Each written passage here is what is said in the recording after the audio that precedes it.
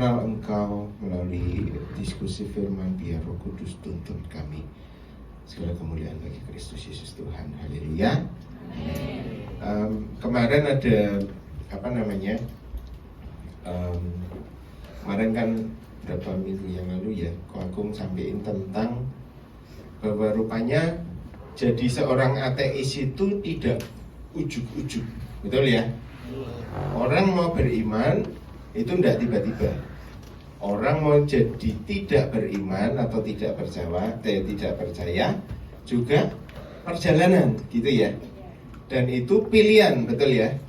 Dan rupanya kita kemarin sama-sama menemukan bahwa iman atau percaya itu adalah pinjaman dari generasi sebelumnya, betul ya. Sampai itu menjadi milik kita.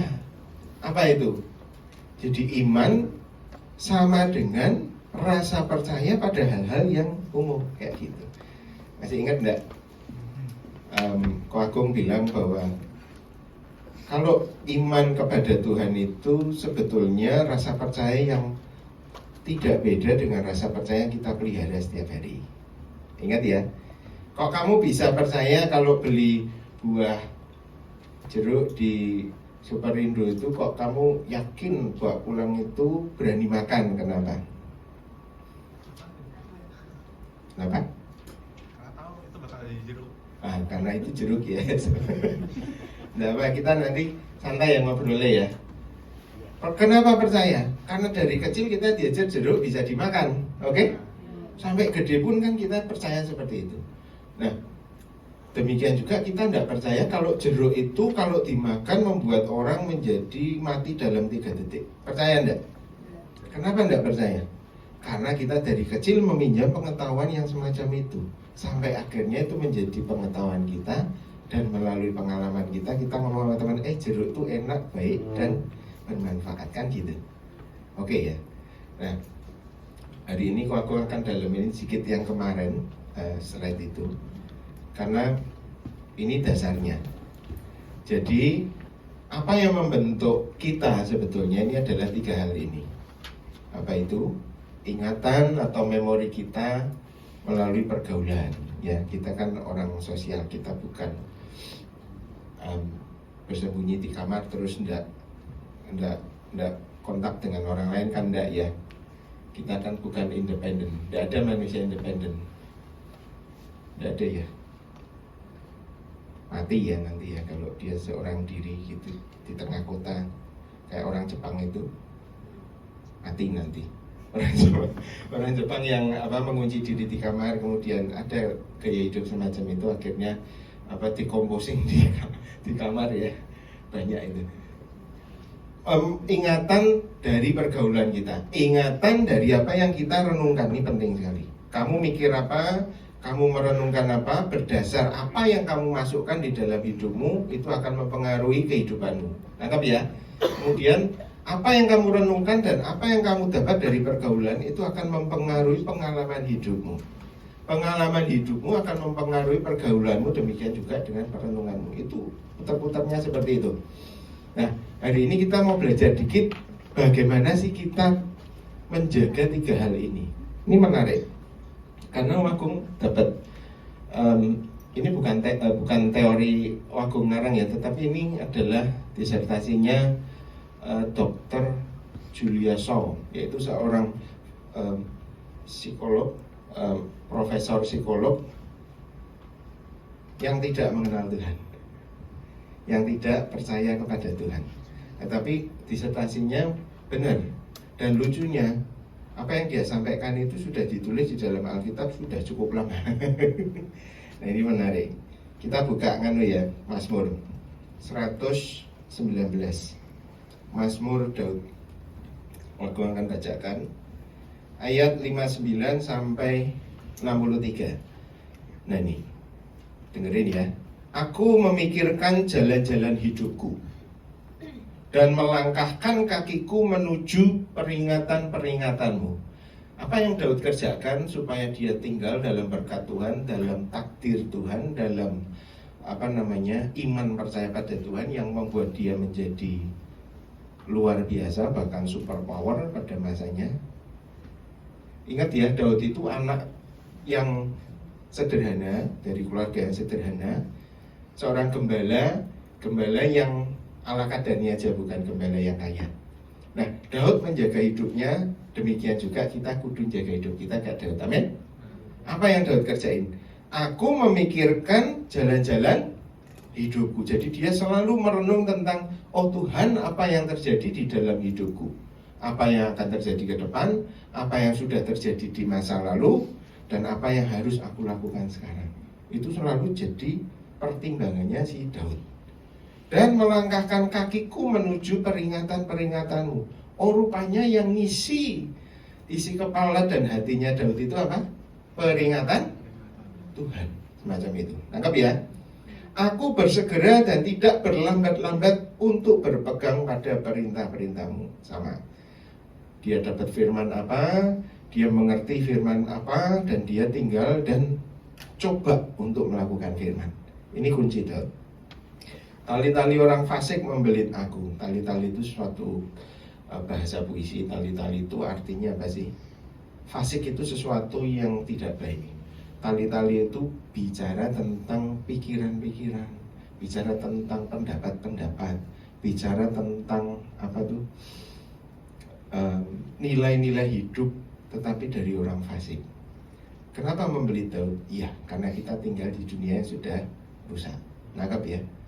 Kalau kalian buka apa tuh namanya, TikTok, IG, sosmed lainnya, kalian tuh akan dengan mudah ketemu dengan pikiran-pikiran, pendapat-pendapat, nilai-nilai hidup orang-orang yang tidak percaya. Benar ya? Nah, ini perlu jadi waspada. Daud pada masanya juga. Tetapi Tauratmu tidak kulupakan.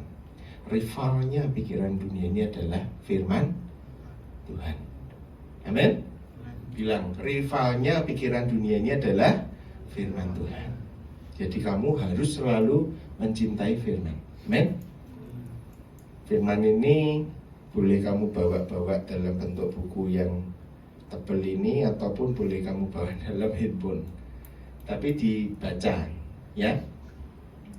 Orang percaya, orang Kristen harus baca firman, ya. Kayak Daud, dia memikirkan jalan hidupnya berdasarkan apa yang Tuhan katakan. Taurat 6:2, tengah malam aku bangun untuk bersyukur kepadamu atas hukum-hukummu yang adil. Jadi dia selalu mengacu pada firman Tuhan. Ini kunci Daud. 63 nih, ini perhatikan baik-baik. Aku apa? Bersekutu. Baca bareng. 2, 3. Aku bersekutu dengan semua orang yang takut kepadamu dan dengan orang-orang yang berpegang pada titahmu. Amin. Kembali ke gambar tadi. Bunder-bunder. Nah, jadi kita tahu apa sih yang menjaga Daud ini sampai akhirnya hidupnya dikenang sepanjang masa sebagai orang yang mencintai dan dicintai Tuhan dan diberkati Tuhan. Sampai sekarang kita diselamatkan oleh kiasannya, diselamatkan oleh janjinya melalui keluarga Daud, namanya Yesus Kristus. Yesus Kristus itu secara urutan dari Yusuf itu dari suku Yehuda. Secara urutan dari Maria itu dari suku Yehuda. Jadi Yesus itu kan tidak punya bapak. Dia kan dikandung oleh Roh Kudus. Tetapi bapak secara jasmania, suami dari Maria, urutannya adalah dari Daud, Yehuda. Maria pun demikian. Tepat digenapi seperti itu. Nanti bisa cari apa tuh family tree-nya Tuhan Yesus. Nah, Daud yang begitu luar biasa, dia menjaga hidupnya dalam 3 hal ini. Dia bergaul dengan semua orang yang takut kepada Tuhan. Oke? Dia bergaul kepada orang-orang yang berpegang pada titah-titah Tuhan. Nangkap ya? Jadi ini yang akan menjaga kalian untuk tidak keluar dari pagar iman. Gitu.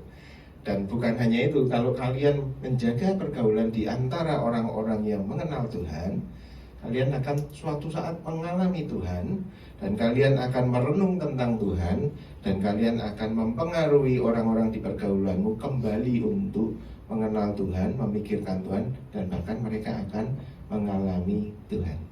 Tangkap? Jadi kalian harus mengelilingi hidup kalian dengan pikiran yang semacam ini. Kenapa pikiran kok agung? Betul, karena pikiran perkataan itu satu-satunya cara Tuhan untuk memperkenalkan dirinya pada umat manusia yang sudah tidak kenal Dia. Nanti kita akan bahas di gambar selanjutnya. Maksudnya Tuhan itu mentransmisikan pengenalan akan dirinya melalui logos, perkataan, hikmat. Jadi jangan main-main sama perkataan dunia, hikmat dunia, omongan-omongan di Facebook, di IG, di Instagram, di TikTok, di YouTube. Jangan main-main sama itu. Jangan sembarang masuk inputan perkataan-perkataan yang sia-sia. Amin. Karena dari perkataan itu hidupmu dibangun. Amin. Kan gini, kalau kita diisi firman, kita memperkatakan firman kehidupan kita dibangun berdasarkan apa yang kita katakan. Betul ya? Barang siapa suka menggemakan drum menggemakan lidah, dia akan memakan buahnya itu dalam makna benar maupun keliru. Maksudnya keliru itu versi yang tidak memberkati. Kamu suka makan perkataan yang bukan kehidupan, bukan kebenaran, kamu mengatakan yang bukan kebenaran, bukan kehidupan, maka segala sesuatunya akan kembali pada kita. Jangan main-main sama firman. Amin. Makanya tadi Wagung kan siang ngajari si Marcel, Om dengerin lagu apa Om, biar library-nya berkembang musiknya. Semua dimakan, musik rock, musik jazz, fusion. Tapi Om Agung saranin apa? Kan itu lagu dunia, cari yang nggak usah pakai lirik. Cari yang instrumen. Supaya apa? Kalian yang masih muda rohani itu jangan perlu lagu kata-kata yang melo nanti dihidupi, dirasakan, hidupnya ngikuti perkataan lagu itu berat nanti. Oke? Library banyain yang suka musik, dengerin semua. Liriknya ditutup di kuping, kadang-kadang enggak baik. Ya. Nanti bisa masuk, bisa membuat hidupmu kacau itu perkataan lagu-lagu dunia yang enggak ke filter itu. Jadi lebih baik ya dengerin instrumen, ya, Beethoven. Tidur Om, sama. Oke, nangkep ya. Jaga pergaulan, jaga apa yang kamu pikirkan, renungkan. Nanti kamu akan mengalami kehidupan yang di tengah-tengah kehidupan yang rohaniah, di tengah-tengah kehidupan yang jasmani. Amin. Nah terus jaganya yang bagian mana? Next, thank you.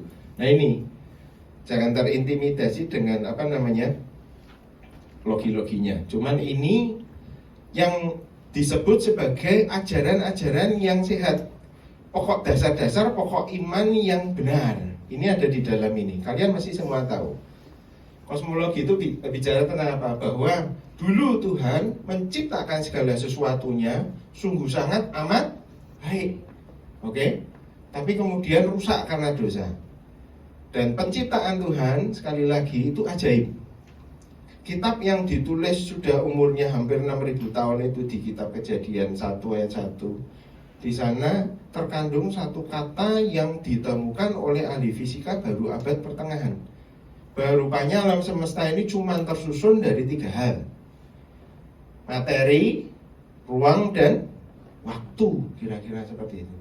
Nah rupanya orang-orang yang mengenal Tuhan dan yang nyelami dunia fisika itu nangkap Kejadian 1 ayat 1 itu dalam bahasa Indonesia agak meleset ya.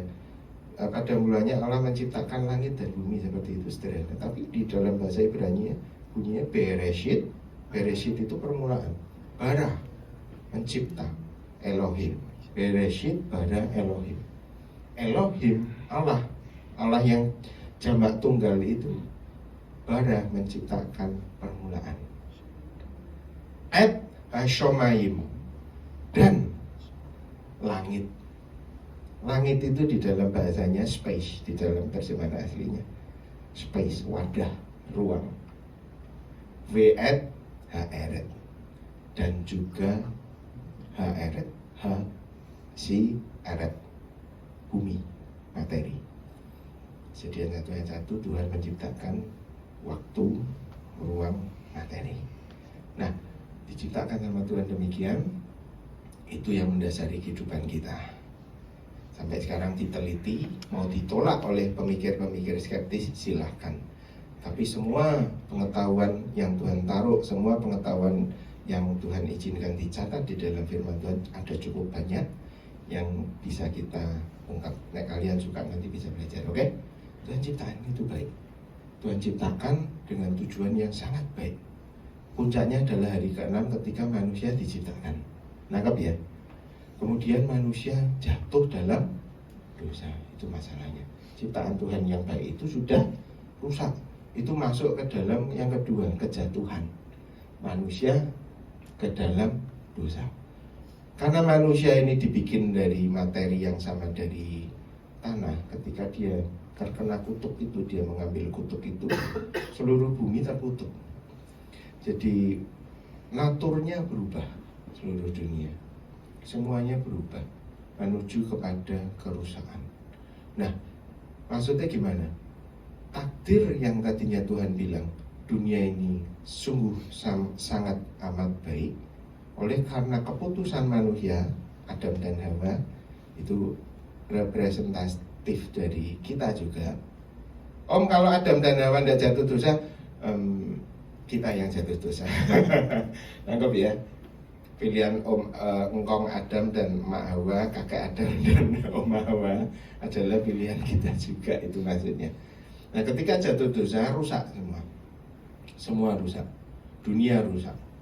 Semua butuh darah. Manusia akhirnya nanti setelah perjalanan banjir itu, banjir Nuh, manusia makan daging, betul ya? Tidak cuma manusia makan daging, binatang makan daging, betul ya? Hampir semua sudah pernah lihat rusa makan burung belum? Di internet ada itu, makan rumput gitu, ada burungnya dikeremusisan, ya, hidup-hidup. Tanaman makan air apa daging? Salah. Tanaman itu makan protein dalam wujud cairan, oke? Makanya lihat itu kalau kuburan-kuburan ada buahnya itu kan mantep-mantep itu.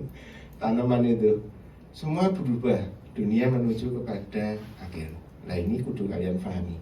Dunia yang tadinya baik diciptakan untuk kemuliaan Dia bersama-sama dengan orang yang dikasihnya manusia, rusak, hancur, semua berubah. Nah, itu harus ditangkap. Kita dalam keadaan menuju kebinasaan. Itu nasib dunia sekarang. Kemudian apa lagi? Penebusan, soteriologi, bahwa rupanya Tuhan tidak berhenti sampai oh ya sudah rusak, sudah pateni aja nanti bikin yang baru. Enggak. Rupanya Dia sendiri merencanakan bahwa Dia akan menolong umat manusia. Ini dasar iman. Ini kalau kalian mau tahu Alkitab 10 menit ya kira-kira ini yang disampaikan. Tapi tentunya lebih panjang lagi. Agung karena ada cerita-cerita dari Adam, kemudian Abraham, kemudian bla bla bla gitu sampai Yesus. Cuman ini kudu jadi pengertian kita. Nangkap ya? Orang Kristen kudu lurus di 5 hal ini. Sesederhana ini, bahwa Tuhan setelah lihat manusia hancur, Dia berusaha menyelamatkan kita. Ingat Taman Eden, Dia potong binatang untuk menutupi telanjangan Adam Hawa. Itu gambaran bahwa harus ada penebusan. Nah, sepanjang perjalanan perjanjian lama itu adalah gambaran yang digenapi nanti oleh Yesus. Misalnya, setelah berjalan dari Adam, kemudian tumbuh Nuh diselamatkan, kemudian dari keturunan Sam ada Eber punya kakeknya Abraham, sampai ke Abraham ya. Abraham dapat janji. Abraham punya Ishak punya anak kembar, yang satu nakal, yang satu galak gitu ya. Yakub sama Esau, yang satu licik, yang satu brutal gitu ya. Rupanya dari anak Yakub ini punya keturunan 12. Tuhan bicara bahwa dari ini keselamatanku akan datang. Rupanya dari suku Yehuda. Nangkap ya? Nah, setelah dari situ masuk ke era pembuangan, ada Yusuf. Ya, Yusuf anaknya siapa? Joseph anaknya siapa? Joseph? Yakub, betul. Anaknya Pak Yakub. Di situ Tuhan menyelamatkan umatnya. Gambarannya apa? Kitab Keluaran, Musa. Ini pada ngerti ya cerita sekolah minggu ini ya. Kalau enggak pulang lagi ke Om Yos ya. Nanti kalau enggak ngerti ini, nanti kalian pulang lagi didalemin lagi di sekolah minggu. Musa membebaskan bangsa Israel dari perbudakan Firaun di Mesir setelah 400 tahun. Ini angkanya 400 tahun. Musa gambaran tentang Yesus nanti, juru selamat, membawa orang dari perbudakan ke pembebasan. Musa melakukan kuasa, tanda, mujizat, gitu ya. Ada 10 tulah, kemudian ada tiang awan, tiang api, kemudian ada membelah laut, ya, nyeberangi laut. Kemudian ada mujizat-mujizat. Oke. Kemudian setelah itu masuk zaman kerajaan, masuk di tanah Israel. Manusia rusak lagi, masuk ke masa pembuangan. Berapa tahun lagi? Perbudakan di pembuangan 400 tahun. Ini kitab terakhir ini kan Maleaki, Zakaria, Maleaki. Nah, ini kan ada perjanjian baru nih. Perjanjian baru lah, kertas kosong ini jaraknya 400 tahun. Ini kertas ini 2 biji ini jaraknya 400 tahun. Setelah 400 tahun juru selamat datang lagi. Namanya siapa? Yesus. Jadi ada perbudakan 400 tahun, ada juru selamat. Perbudakan 400 tahun, juru selamat. John MacArthur, seorang hamba Tuhan yang sangat teliti, dia bilang masa ini pun sama. Setelah Yesus datang 2000 tahun, masa 400 tahun gereja mengalami kemerosotan yang sangat. Dan ini waktunya Tuhan Yesus mau datang, kayak gitu dia bilang. Kemerosotannya apakah seperti masa Musa? Secara fisik enggak. Apakah seperti masa zaman Israel di pembuangan, dijajah sama Aram, sama Romawi gitu? Secara fisik enggak. Tapi perbudakan yang dialami anak-anak Tuhan hari-hari ini masuk lebih berbahaya karena di dalam. Nah, salah satunya yang kita bahas hari ini, apologia. Nilai-nilai itu merusak iman kita, nilai-nilai itu membuat kita tidak mengenal siapa Tuhan, tidak punya cara hidup, tujuan yang sama di dalam Tuhan. Itu yang terjadi selama 400 tahun belakangan ini pada gereja. Oke? Nah, kemudian masuk lagi ke kristologi. Siapakah sang penebus itu yang sejati? Siapa? Yesus. Nah, rupanya Yesus ini bukan manusia sembarangan. Dia adalah Yohanes 1 ayat 1, kai hologos sarx egeneto. Dialah sang logos yang menginkarnasi menjadi daging manusia. Rupanya dia itu adalah satu bagian pribadi dari Allah yang tunggal. Nah, ini menarik. Nah, di situ Tuhan memperkenalkan dirinya setelah Yesus lahir. Yesus memperkenalkan Allah yang sejati itu bukan cuma Yahweh, itu julukan kita ke dia. Namanya saya yang perlu dikenal, Yesus Kristus, ditulis oleh murid-muridnya. Oh bukan kok itu Yeshua Masya. Tapi yang nulis Yesus Kristus itu murid-murid pada masa Yunani, Markus sendiri, Lukas sendiri, Yohanes sendiri, ya. Jadi tidak masalah sama terjemahan itu, kita kudu dewasa. Yesus Kristus, dia memperkenalkan pribadi Bapa, pribadi Roh Kudus, dan dirinya Sang Firman. Nah, itulah yang namanya teologi proper, Tritunggal. Ini misteri yang sampai sekarang menjadi tanda tanya di Israel sana. Bahwa Kejadian 1 ayat 26 ketika Tuhan berfirman, baiklah kita menciptakan manusia seturut rupa dan gambar kita. Ini ngomong Allah yang tunggal, ngomong kita kayak gitu. Jamak. Elohim itu, itu artinya jamak. Kalau singular itu Eloh, Eloah, Elah, Allah. Itu singular bisa jadi tunggal. Tapi Tuhan selalu kalau dia berfirman itu Elohim, bara Elohim, jamak. Oke? ternyata ada Bapa, ada pribadi Bapa, ada pribadi Yesus, ada pribadi Roh Kudus. Yesus naik, Roh Kudus diperintahkan turun. Untuk apa? Selanjutnya, eskatologi, akhir dari tujuan Allah.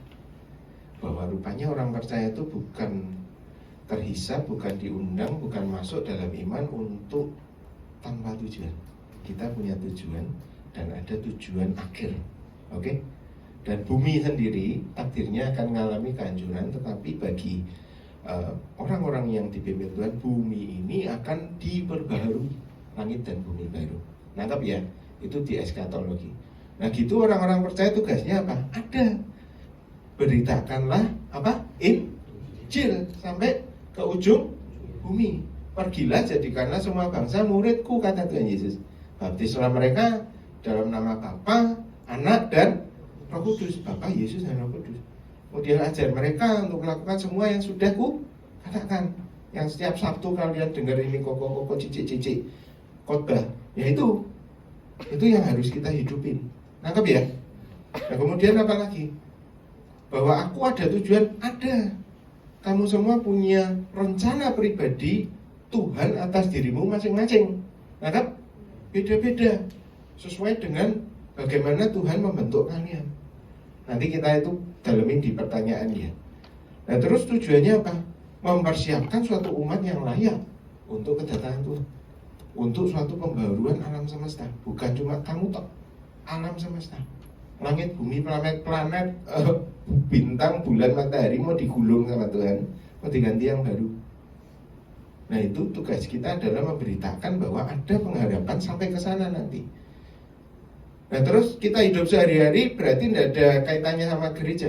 Ada, justru dari keseharianmu yang tadi itu, kalau kamu percaya pada Tuhan, tinggal di dalam iman, Tuhan pimpin hidupmu, kamu tahu secara tepat apa yang Tuhan tuntun lewat hidupmu.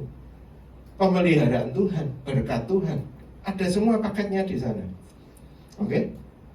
Tuhan tidak ninggalin kita, udah urusanmu ini Alkitab, terus kamu hidup cari makan sendiri. Tidak, dirawat Tuhan, dipelihara, dilindungi Tuhan. Ada semua berkat Tuhan di dalam sini, yang kalau kamu tidak ambil ini, waduh Eman, kamu akan hidup dengan ngoyo, dengan kekuatanmu sendiri, dan itu tidak baik, terkutuk nanti. Anggap? Kira-kira seperti itu. Jadi kita punya misi, punya tujuan, dan punya perlindungan payung, dan kita punya penjaga, dan kita punya penuntun. Amin. Nangkep Pak ya? Itu sesederhana itu. Inilah iman kita, yang mana kita kudu kumpul sama orang-orang yang sefaham ini. Yang Agung sampaikan ini nangkep semua toh, sederhana toh. Itu kan sekolah minggu toh, sampai ke yang terakhir nanti Tuhan Yesus datang, kita diangkat, kita diubahkan, ada pemerintahan baru, nanti hancur bumi, langit diberikan yang baru, kita menjadi menyatu dengan Kristus, dan kita menyelenggarakan semua pemerintahan itu. Nangkap ya? Itu eskatologi. Kita tinggal di dalam eskatologi sekarang hari-hari ini. Nah, itu dasar iman, sesederhana itu. Oke. Sekarang masuk ke pertanyaan. Ya. Ini ada beberapa pertanyaan lucu-lucu sih. Yaitu boleh. Dari dasar yang tadi Agung sampaikan, Agung ingin kita diskusi. Nanti kita saling melengkapi, oke? Tadi kan sudah nangkap, ternyata perihal tentang pokok iman itu sesederhana itu aja. 5 biji tok tadi. Tuhan ciptain alam semesta, kemudian jatuh, kemudian ditolong Tuhan, ada penebusan. Sang penebusnya mati, bangkit, Yesus, dan dia memberitakan siapa Allah yang sejati, yang tidak mungkin kita keliru lagi. Oke. Kemudian dia memberikan suatu tujuan masa depan untuk kita. Sesederhana itu. Nah, ini kalian boleh jawab ya. Ini boleh diterin cek. Ya, nanti yang mau jawab boleh angkat tangan, nanti dapat mic. Kalau memang Tuhan peduli, kenapa banyak kejadian buruk yang terjadi di kehidupan sampai bikin depresi? Padahal sudah beriman dan selalu berharap ke Tuhan. Ini pas Wakung baca di bawahnya, ya ini mungkin tidak nyambung sih gitu dia bilang. Tapi apa namanya, ya barangkali bisa terjawab. Tapi sebetulnya ini nyambung sekali. Ini adalah satu pertanyaan yang sangat jujur, yang sangat mendalam, dan merepresentasikan satu pertanyaan yang menggiring orang untuk keluar dari iman dan meragukan Tuhan. Loh, kok bisa? Oh, ya, ini kan bentuk paling sederhana dari kalau Tuhan peduli, kenapa banyak hal buruk? Oke, kalau Tuhan memang ada, kenapa dia membiarkan bayi-bayi dilindas roda motor tank? Motor tank ngerti enggak ya? Ngerti ya? Tank, khusus perang. Ya, bahasanya apa saya motor tank ya? Ya, tank ya. Betul ya? Tank ya masih itu ya. Kalau Tuhan peduli, kenapa orang Gojek kemarin nasibnya begitu sial, mau ngirim, mau cari makan, mau ngantarkan pesanan, malah dilindas motor tank juga. Kasihan sampai meninggal kayak gitu ya. Kenapa Tuhan tidak cegah itu? Kalau Tuhan benar-benar peduli, kenapa kelaparan, bencana alam, gempa bumi, tsunami menguburkan begitu banyak anak-anak, wanita, orang tua yang tidak berdaya, kan kayak gitu tanya. Ini mewakili sebetulnya masih masuk ya. Anak yang tanya ini rendah hati sekali.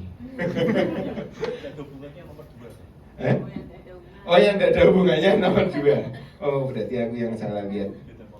Beda kolom. Ada yang menjawab berdasarkan apa yang tadi sudah kita bahas. Kenapa kira-kira kok kalau memang Tuhan ada, kok hal yang menyusahkan itu masih tetap ada? Kenapa? Enggak apa-apa, bebas saja. Koko ciciknya mau jawab ya boleh. Nat mungkin. Kenapa Nat? Kira-kira? Karena masih ada dosa. Yang lain? Pakai mic boleh. Karena? Kenapa? Kenapa Tuhan? Kalau Engkau memang ada, saya berdoa, nilai saya dapat A, kok malah dapat E? Iya. Pernah enggak ngalami itu? Doa yang Wakung enggak pernah dijawab Tuhan, lu tahu? Waktu sekolah, Tuhan aku berdoa supaya jangan mules di sekolah. Tak cerita nih, sekolah zaman Wakung dulu itu kamar mandinya itu kayak lebih parah dari penjara. Kamar toilet di sekolah zaman Wakung itu kayak mengerikan gitu, kayak neraka gitu. Tapi Wakung doanya enggak pernah dijawab. Berangkat sekolah pagi jam 8 perut masih sakit. Itu hampir selama berapa tahun ya, SD, SMP, SMA itu. Ya itulah. Kenapa kok Tuhan tidak jawab saya? Pernah enggak ngalami hal yang sederhana gitu? Mungkin lebih melankolis gitu. Ada? Coba sharing satu. Pernah ngalami ini? Ada? Selalu dijawab? Doa makan. Berarti kamu belum pernah ngalami tinggal bersama teman-teman di mes ya. Tahu cara doa makan itu? Kan tutup mata di pantangan. Itu kan ada ayam, ndok gitu. Kalau kamu doanya itu tidak terlatih ya, tidak gini, itu ayam bisa pindah ke sana. Telur itu bisa tidak tahu di orang gitu. Nah, makanya kalau berdoa buka mata kalau doa makan. Ayo, ada? Kenapa teman-teman? Adik-adik. Kenapa? Oh, itu kena handphone. Ale, coba kasih mic biar ngomong. Kenapa Ale? Kalau Tuhan peduli kok banyak kejadian buruk. Ini soalnya respon ya. Kalau enggak gini nanti kita enggak tahu, koko cici enggak tahu isi hatimu. Ujuk-ujuk kamu ateis, kan bingung gitu. Ujuk-ujuk apa liberal gitu kan. Kenapa Le kira-kira? Ada yang salah ya, enggak ada jawaban true false ya, adanya error ya. Ya, nanti kita perbaikin ya, itu kan error kan sintaknya bisa algoritma bisa ditata ulang. Ayo, boleh. Kenapa kok kadang-kadang sesuatu yang menurutmu baik didoakan kok enggak dijawab gitu? Ya ada alasan lah. Alasanmu? Kan alasan itu kan aku nggak tahu alasan itu kan kenapa nggak dijawab. Ya mesti ada, misalnya ada sesuatu yang buruk, harusnya ada yang baik lah. Gitu Cuma ya? kita bisa lihat atau enggaknya tergantung. Ya, kasih tepuk tangan. Kalau ada yang buruk pasti ada yang baik, itu Alkitab ya. Nangkep ya. Yang lain? Siapa? Oper ke sebelahnya, Le. Terserah kamu. Kasih ke orang yang kamu mau. Suruh jawab. Siapa? Itu sebelahnya. Oh, Angel. Oh. Saya udah stop. Apa? Jeremy.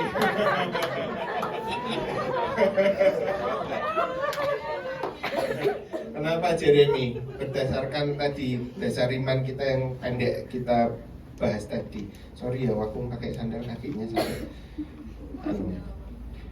Kenapa Jeremy menurut? Kenapa sih Om? Kok saya doa minta ini padahal baik kok nggak dikasih Tuhan? Menurut Jeremy kenapa? Nah, belum saatnya. Berarti belum saatnya. belum saatnya. Berarti Jeremy percaya bahwa ada waktu Tuhan nanti sesuatu yang Jeremy harapkan itu dikasih. Ya, percaya. Percaya ya. Nah, 100%. wah. Lanjut, kasih sebelahnya itu kacamata siapa nih? Anaknya Pak Yakub. Joseph. Kenapa Joseph?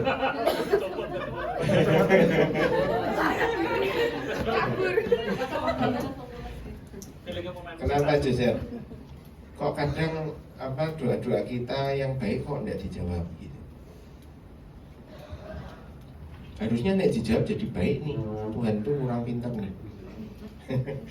Tuhan kurang jos nih. Kalau doaku dijawab ini jadi berkat buat banyak orang. Kan kadang kita mikirnya gitu ya. Kenapa Joseph?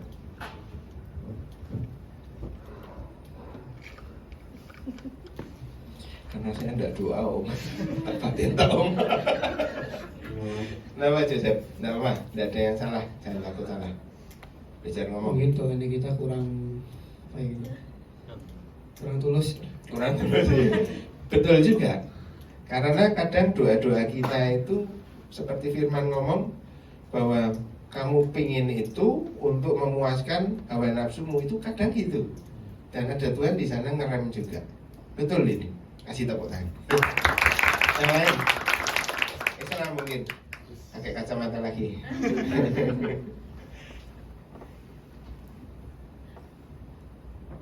Ya, rancangannya Tuhan ke kehidupan kita mungkin nggak sesuai dengan apa yang Tuhan sudah tetapkan, jadi ya mungkin itu belum belum saatnya untuk kita digenapi ya gitu. Meskipun mungkin kan itu janji Tuhan ada, tapi belum waktunya, belum saatnya. Dan kalau waktu itu dipaksain juga mungkin ceritanya kan beda. Kasih tepuk tangan. Bagus.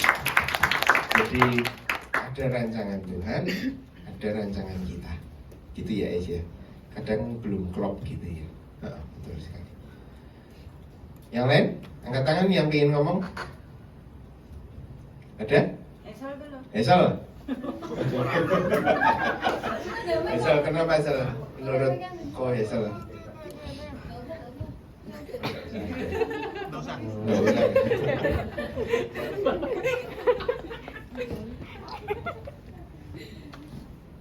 Mungkin karena gini ya,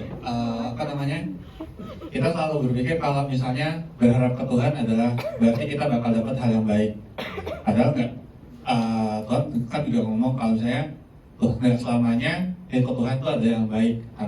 Tapi Tuhan janji kalau misalnya di badai pun Tuhan ada. Amin. Nah, ini kalau misalnya yang aku lihat sih dia ini dari pertanyaannya Dia kayaknya salah dalam tanda kutip berharapnya kemana. Dia bukan berharap ke Tuhan, tapi dia berharap akan kejadian yang baik nantinya. Oke. Itu sih. Kasih tepuk tangan. Terima kasih. Benar sekali. Jadi pertanyaan ini wajar enggak menurut adik-adik? Wajar ya. Wajar. Kalian pernah main game? Sering ya. Game itu ada levelnya enggak? Ada levelnya enggak menarik ya? Akan dari Mario Bros itu saya tamat tanpa cheat kan. Mario Bros, tahu enggak Mario Bros? Itu dulu enggak dimainkan di emulator, dia ada emulator khusus namanya Nintendo gitu. Kalau ke TV, klik-klik gitu, putar-putar pakai kaset.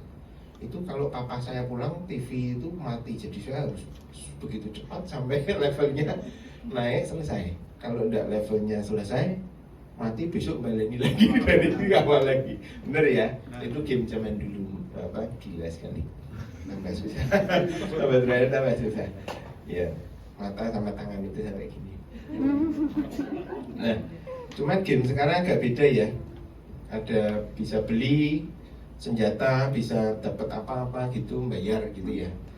Nah, suka main game ya kadang-kadang kita ya. Agung juga, tapi belakangan ini belum nemu game yang pingin lagi. Nah, sayangnya gini, Agung tuh suka bilang bahwa kalau aku mainan, aku harus menang kayak gitu. Itu prinsipnya Agung. Karena apa? Jengkel juga. Sudah kalau hidup itu harapan-harapan itu kadang meleset kan kayak gitu. Main game mau kalah lagi kan kayak gitu. Mau senang-senang malah kalah kan gitu. Wajar enggak nih pikirannya Agung? Wajar gitu. Harusnya apa yang aku pinginkan itu menang. Akhirnya aku nggak download di Play Store, download di RevDL. Apa itu? Apa itu RevDL? Game yang sudah uangnya itu 1 roll gitu, diamondnya itu gitu 9999 plus kayak gitu, plus error. Jadi mau beli senjata, mau beli mobil, mau beli apapun full. Oke, penjahat level 1 itu kayak kayak gitu. Ngerti ya maksudnya waktu ya. Nah kita kadang tuh pingin kayak gitu. Aturanku, caraku pasti baik. Wajar enggak? Wajar. Tapi betul apa yang disampaikan tadi teman-teman Ezra, Ezra. Rupanya kita tuh punya keinginan tuh kadang enggak klop sama Tuhan. Tangkap Roma 8:28. Apa itu? Apa? Boleh diputar Roma 8:28. Diputar. Tahu banget ya. Ya saya zamannya Presiden Soeharto, TVRI. 2-3. Kita tahu sekarang bahwa Allah turut bekerja dalam segala sesuatu. Pause. Dalam apa? Segala sesuatu. Kegagalan itu sesuatu bukan? Oke. Keberhasilan? Oke. Harapan yang tertunda sesuatu bukan? Harapan yang ditolak itu sesuatu bukan? Nah berarti Tuhan ada di sana. Kemudian harapan yang dijawab dengan gilang gemilang itu sesuatu enggak? Itu pun bukan keinginan kita, rupanya ada rancangan Tuhan. Amin. Lanjut 2-3. Untuk mendatangkan kebaikan bagi mereka yang mengasihi Dia, mengasihi Yesus ya. Yaitu bagi mereka yang terpanggil sesuai dengan rencana Allah. Nah ini tidak bisa kita bilang, oh yang terpanggil rencana Allah itu koko-koko yang di depan melayani. Bukan. Semua yang percaya bahwa Yesus ada dalam hidupnya punya rencana tunggal Tuhan dalam hidupnya. Amin. Beda semua.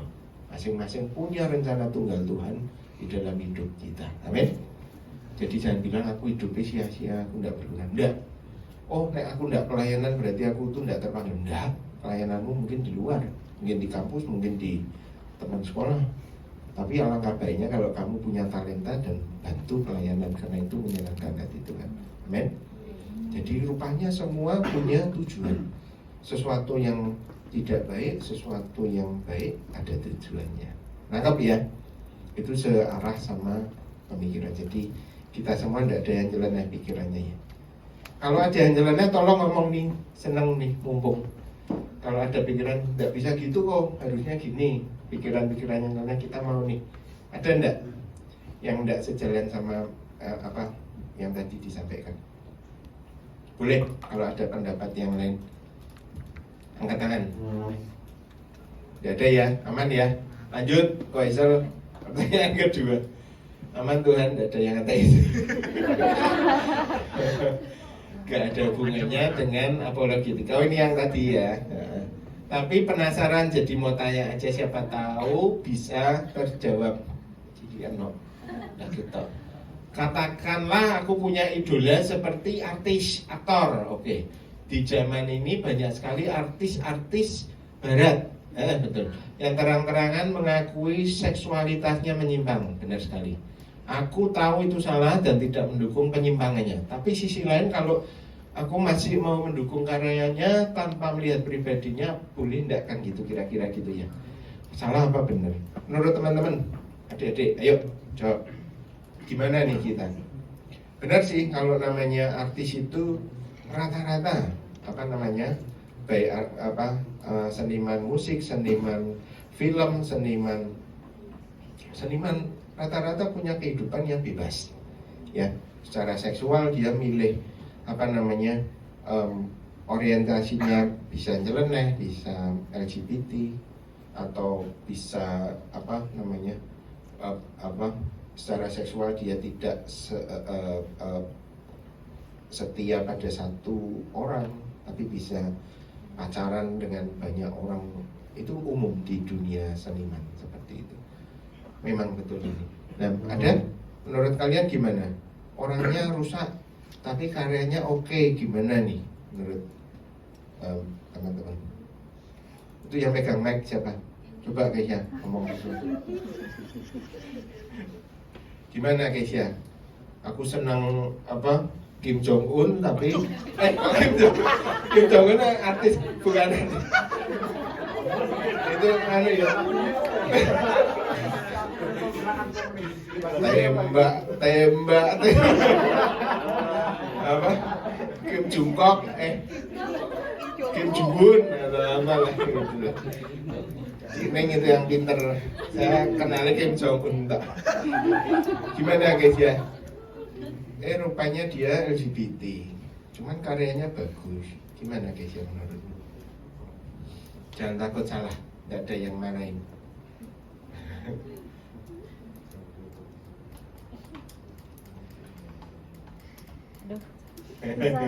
Nggak apa-apa. Udah boleh Niko. Oh boleh Niko. Oh nganu aja diam-diam dengerinnya. Gimana guys? Bingung. Karena itu kan dibilang dia mengidolakan seseorang, tapi dia kenapa di akhir bilangnya kayak suka karya-karyanya. Jadi sebenarnya ini suka sama orangnya apa karya-karyanya. Kalau misalnya kayak Korea gitu kan biasanya kami lebih dominan, lebih suka kayak orangnya gitu. Tapi ini sebenarnya gimana? Ya mungkin dia suka kan orangnya itu tidak bisa dilepaskan dari karyanya ya. Misalnya kayak zaman dulu saya paling sedih itu kalau Chrisye terus video klipnya itu orang lain Chrisye-nya nggak nongol, itu zaman dulu. Itu rasanya Chrisye tadi Chrisye yang almarhum itu penyanyi kuno itu suaranya bagus, lagunya unik-unik, aransemennya oke-oke, orangnya jarang nongol. Video klipnya tuh kadang orang pacaran nggak kenal siapa juga, terus orangnya nggak, mungkin yang dimaksud ya karya itu sekaligus dengan sosoknya gitu. Cuman dia tidak mendukung behaviornya yang menyimpang itu tadi gitu kira-kira guys. Menurutmu boleh ndak atau oke ndak atau gimana? Kayaknya sih salah ya. Ndak oke ya. Kenapa kok ndak oke? Karena ya itu kan dia bilang aku tahu itu salah tapi aku mendukung.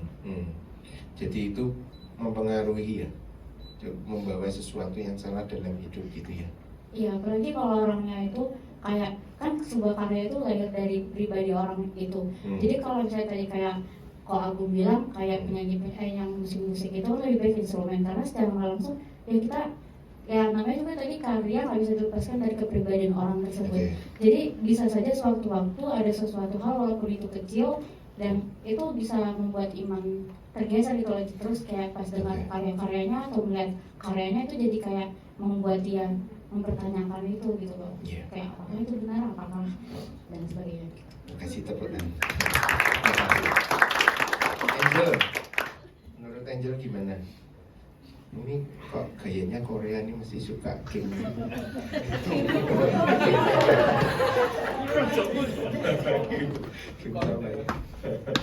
Gimana Angel?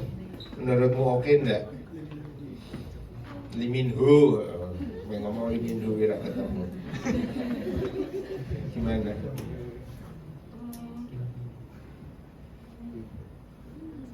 Enggak apa-apa, pendapat pribadi aja. Oke enggak? Aku suka orangnya meskipun orangnya aneh gitu, jelek. Karyanya bagus, apa enggak oke juga menurut Angel?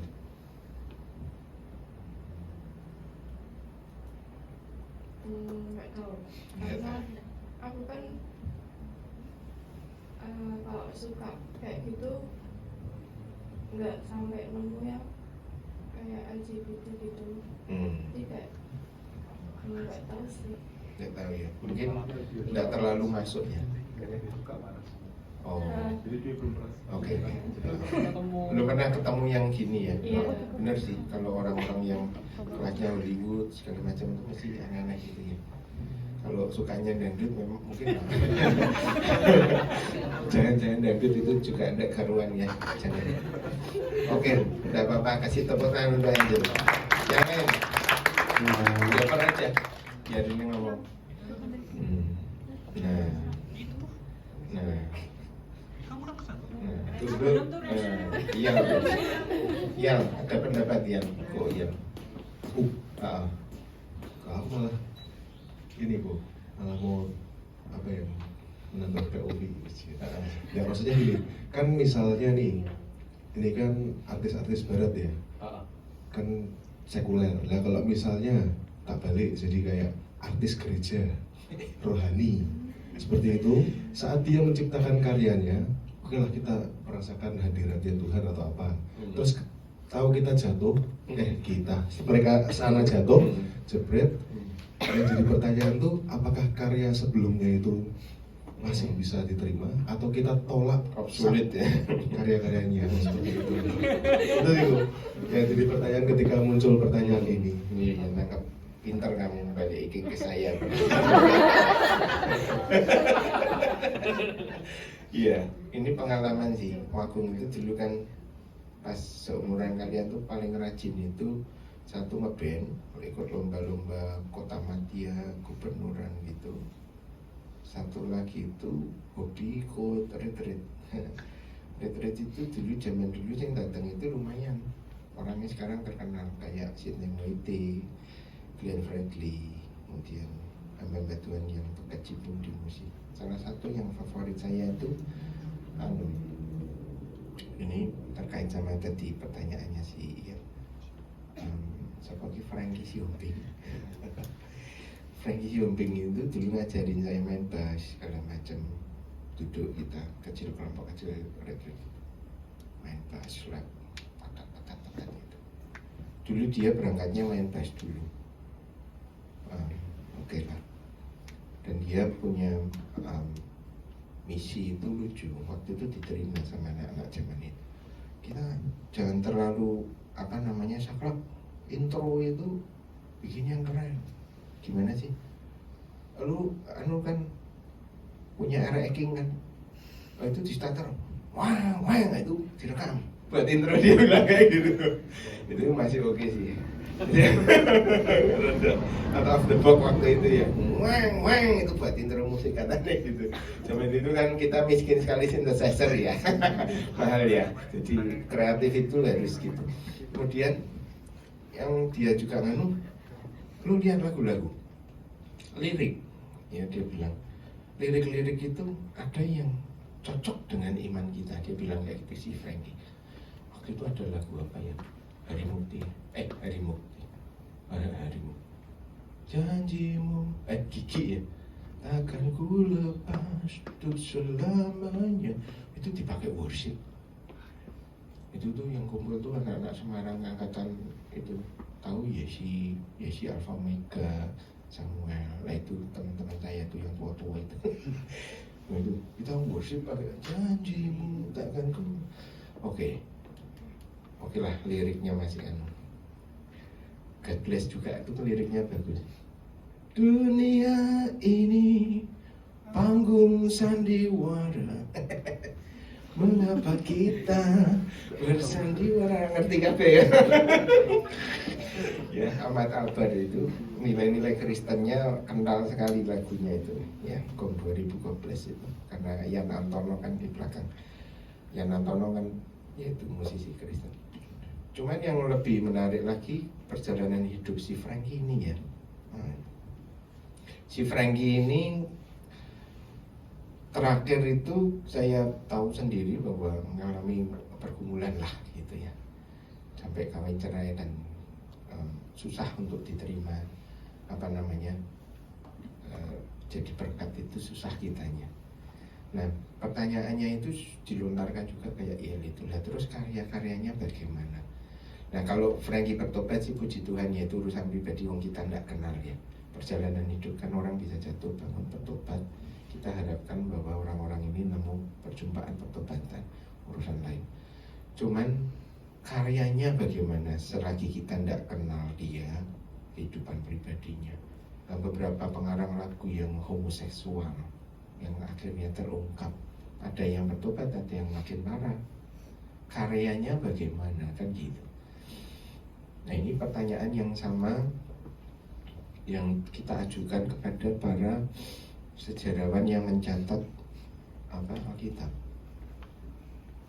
Kalau kita lihat kehidupan Daud yang begitu munafik dan rusak, tapi ujungnya dia bertobat ya. Kemudian karyanya Mazmur itu bagaimana? Oh, rupanya karyanya sejalan dengan hati Tuhan. Salomo rusak hidupnya, kawin sama ribuan, sama banyak wanita yang tidak mengenal Tuhan dan melakukan penyembahan berhala. Karyanya bagaimana? Oh, rupanya karyanya tidak ditolak oleh iman kita. Nah, gini, jadi dalam menyikapi hal itu ya, kalau memang karya tersebut pada masanya itu memang dia dedikasikan untuk Tuhan dan jadi berkat, dan kita tanpa pengetahuan latar belakang kita terima karena sejalan dengan iman, ya sudah kita hidupi aja. Cuman bagaimana dengan tokohnya? Ya kita berdoa, wong saudara, berdoa supaya ketemu Tuhan. Itu Frankie Siombing. Misalkan siapa lagi supaya ketemu Tuhan, supaya bertobat semacam itu. Nah ini pengalaman pribadi saya. Nah, cukup banyak hari-hari ini orang yang jatuh bangun, dan teman-teman juga kalau lihat hamba Tuhan itu kita juga tidak boleh masuk sampai mengultuskan seseorang.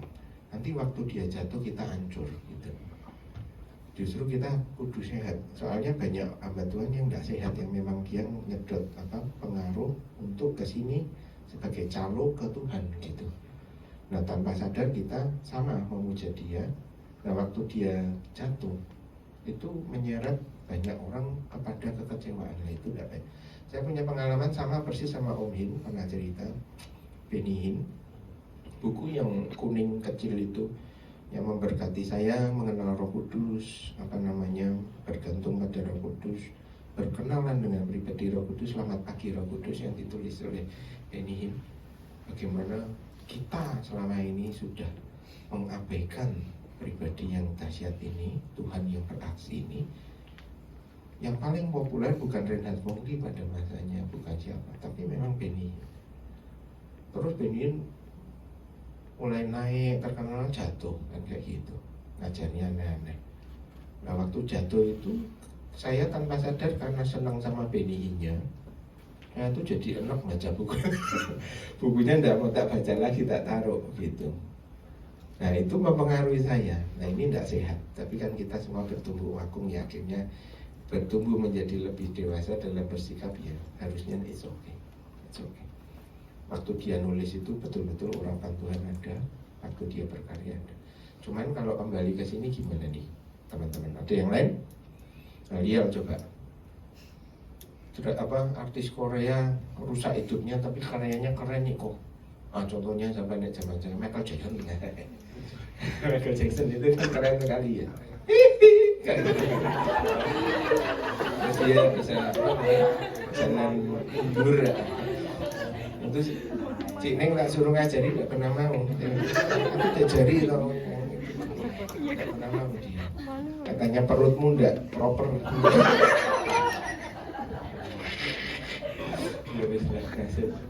Gimana Lian?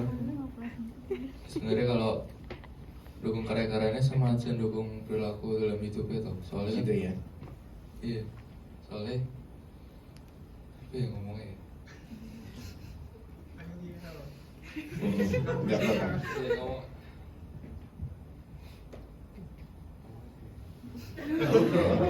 Enggak apa-apa. Dukung karyanya sama aja dukung perilaku hidupnya. Karena kadang ada kesesuaian mungkin ya. Sing lagu na na na na na na na na na. Sing orangnya dulu langsing sekarang gembrot jadi bencong itu orang bule itu kan terkenal banget di IG itu loh. Itu tadinya kan gagah ganteng sekarang gembrot bencong kan gitu. Dia kan di karyanya dia nunjukin, mungkin itu ya lihat ya, semacam itu, gitu ya. Dia ngelakuin salah karena ada karyanya itu. Berarti memang ada tokoh-tokoh tertentu itu dia malah mempromosikan perilaku hidupnya gitu ya. Hati-hati. Si Lial nangkep, nah ini baik sekali. Ada orang-orang yang bersembunyi saja. Maksudnya gini, pribadiku jangan diganggu. Aku mau kawin cerai jangan diganggu. Dia tidak tunjukkan itu dalam karyanya. Ini menurut saya it's okay aja. Cuman diperhatikan tadi harus dewasa. Apakah liriknya, apakah gambarnya, apakah sosoknya itu mengajak kita keluar dari iman, mengajak kita menentang Kristus, ya jangan gitu. Tapi kalau yang model tersembunyi tadi, aku berkarya kehidupan pribadi jangan bawa ganggu. Rupanya ada paparazzi mengungkap, oh kamu homoseks kayak gitu semacam itu atau apa, atau LGBT atau ya kayak gitu rusak pakai narkoba atau apa kayak gitu. Ya berarti dia memisahkan karyanya dari dirinya. Oke. Tapi satu sisi seperti yang terungkap oleh Liel, ada orang-orang yang mempromosikan behaviornya, perilaku menyimpangnya lewat penampilannya. Nah ini berbahaya menurut saya. Setuju enggak? Terima kasih ya Liel. Kasih tepuk tangan. Ada lagi, Ivan. Menurut Ivan, oke enggak? Sudah terjawab. Oke, terima kasih. Ada lagi? Ada lagi yang lain? Dia? Enggak. Ini Noni. Gimana? Nanya kamu. Oh enggak. Lanjut ya. Adik-adik ya. Oke. Pertanyaan nomor 3. Aku punya teman Islam. Dia bertanya Nabi Isa di Kristen itu siapa? Nah ini oke. Kamu boleh ikut peron sampai ke kelas sama berbuah ya. Cuma secara sederhana gini, saya pernah diundang Pak Nathanael GBI itu karena dia tahu bahwa saya dan Om Hin itu konsum di sini di dialog lintas iman ya. Ada satu hamba Tuhan yang luar biasa berkecimpung di sini namanya Pak Andreas Maurer. Andreas Maurer ini kayaknya orang Belanda apa Jerman saya lupa. Nah, dia datang bawa buku dan dia ngajar sebisanya dengan waktu yang singkat itu untuk membawa hati kepada orang Muslim. Ini pertanyaan ini seperti yang ditanyakan dia. Kalau orang Islam bertanya, kamu akan jawab apa kayak gitu? Nah, Pak Andreas Maurer ini selalu bilang gini, kalau kamu ditanya, kamu tidak boleh serta-merta langsung menjawab seperti yang ingin hatimu jawab. Ya, pertama kamu butuh berdoa minta Roh Kudus tuntun. Oke. Kedua, jawablah pertanyaan itu dengan pertanyaan yang lebih mendalam. Nah, jadi untuk menggali isi hatinya itu kita Jangan langsung memberikan jawaban yes, no, atau jawaban singkat, tepat gitu. Tapi tanya balik. Nah, mungkin saya tanya aja. Nah, Nabi Isa di Kristen itu siapa? Nah, menurut kamu Nabi Isa itu siapa? Kita harus jelas dulu. Apa anggapannya dia tentang kita? Gitu. Jadi kalau di apologia itu ada prinsip utama itu dua namanya. Bagaimana kita menjelaskan iman kita itu bisa dengan presuposisional, artinya kita memahami anggapan dia tentang kita dan kita tidak boleh keliru di situ. Satu lagi evidensial, bahwa kita punya bukti-bukti Alkitab ini yang sampai istilahnya di dalam akademis itu disebut apa namanya embarrassment of literature. Embarrassment of literature. Maksudnya apa? Literatur kita ini dibanding Plato, Socrates, Aristoteles, cerita-cerita Iliad, Homer itu punya kelengkapan salinan yang sama semua di seluruh dunia, jumlahnya paling banyak. Itu Kristen. Nangkap ya? Tidak ada catatan Sun Tzu dari Cina, dari India, dari Indonesia, Sanskrit atau dari manapun yang bisa menandingi salinan purba punya Kristen. Oke? Nah, itu evidensi ya. Nah, kalau ditanya seperti ini kita bisa pakai beberapa hal. Nah, salah satunya adalah jangan terburu-buru tanya. Tanya kembali. Menurut kamu Isa Al-Masih itu siapa? Dan kayak gitu. Dan nanti kita bisa tahu, oh, Isa Al-Masih yang di dalam Al-Quranmu tidak sama dengan Isa Al-Masih yang ada di dalam Alkitab. Nah, itu bisa jadi kamu pakai untuk jembatan. Nangkap ya? Ini tidak bisa tak jawab panjang lebar di sini nanti jadi panjang sekali. Bukunya tipis, tapi ngomongnya bisa 1,5 jam. Ya, gitu ya. Lanjut. Ada pertanyaan tentang ini tadi? Ada yang ingin nambahin? Isa Al-Masih? Tidak usah khawatir sama pemakaian nama Isa Al-Masih ya. Isa Al-Masih, Allah itu punya kita, orang Kristen Arab. Allah, Isa Al-Masih itu bukan dewa Arab yang di dalam Alkitab, itu dipinjam oleh Islam. Satu-satunya yang kita pinjam dari Arab atau Islam kata itu adalah Rasul. Itu pun dari kesalahpahaman, karena apostol itu, utusan itu di dalam bahasa Yunani dibawa ke dalam lidah Arab itu arshal. Mungkin terjadi kesalahan pada abad ke-7 karena tulisan Arab itu tidak ada huruf vokal, jadi tulisannya cuma RSL. Nah, sama Islam disebut Rasul. Nah, kita adopsi ke Indonesia karena kita Melayu Arab waktunya, kita pakai Rasul. Nangkep ya? Apostol, Rasul, jadi Rasul kayak gitu.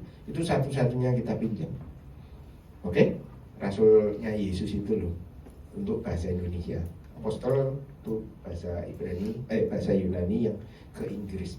Nah, tidak masalah pakai kata Isa Al-Masih, Yesua Masih, Yesua Masihkah, Aramaik, kemudian Yesus Kristus, tulisannya Yesus Kristus, bacanya Yunaninya persis kayak kita Yesus Kristus. Yesus memang bunyinya Yesus. Itu yang nulis murid-murid. Transliterasi nama tidak masalah. Jadi jangan khawatir sama Isa Al-Masih. Isa Al-Masih, Sang Masih, Masihkah gitu yang diulangi. Sama. Oke ya, jangan khawatir sama itu ya. Kalau sumbernya dari Alkitab itu adalah Tuhan yang sama dengan lidah yang berbeda.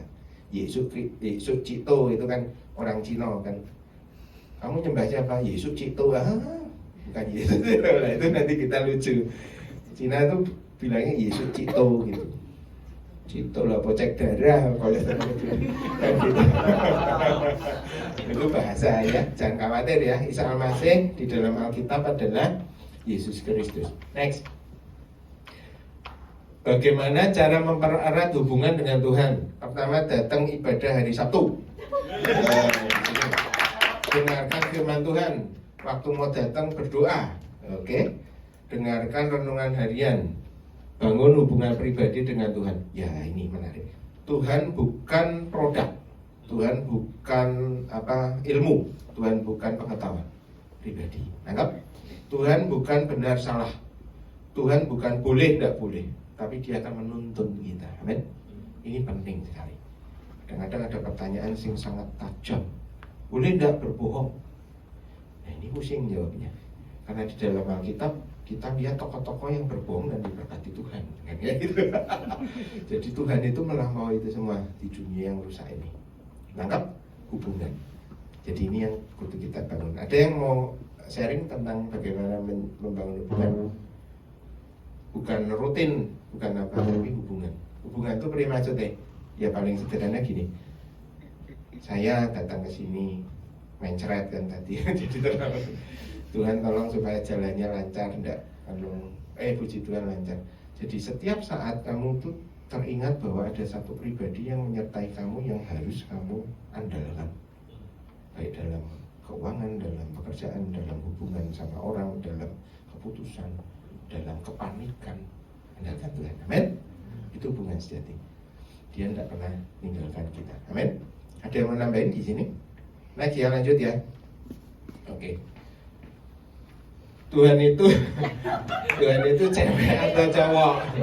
Nah ini, Van, Tuhan cewek atau cowok, Van? Menurutmu? Pengetahuanku tidak dijelaskan. Tidak dijelaskan. Terima kasih. Kasih tepuk tangan. Tambahan lagi? Ada yang lain? Putar sini. Coba adik Ivan ini namanya siapa? Richard, menurutmu Tuhan cewek atau cowok? Sama Tidak dijelaskan. Ini Mbak Emery, panggilannya sama? Steven. Anak Mary itu betul. Dulu Mary teman kerjaku. Dia rindu di kantornya. Gimana sih Man? Tuhan cewek apa cowok? Sama. Makasih. Ayo, Tuhan cewek apa cowok? Menurutmu gimana? Kayaknya cowok. Betul juga sih. Itu dia lahir jadi cowok. Nanti gimana nih Jam? Ya. Tidak dijelaskan. Tidak dijelaskan. Tidak dijelaskan. Iki kok kayak kewajiban sama hidup kok. Ada apa mau kasih sesuatu? Menurutku tidak penting ya, Cak. Enggak penting. Cewek sama ya. Oke. Siapa nih Noni? Cheryl. Mungkin cowok. Mungkin jawab.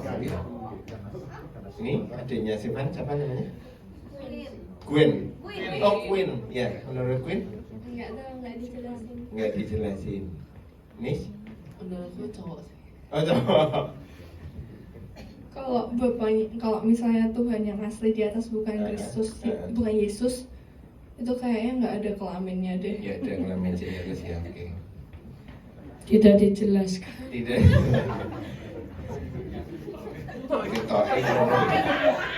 Tidak dijelaskan. Kalau Yesus cowok, kalau yang asli gue tidak dijelaskan. Kalau yang di surga tahu.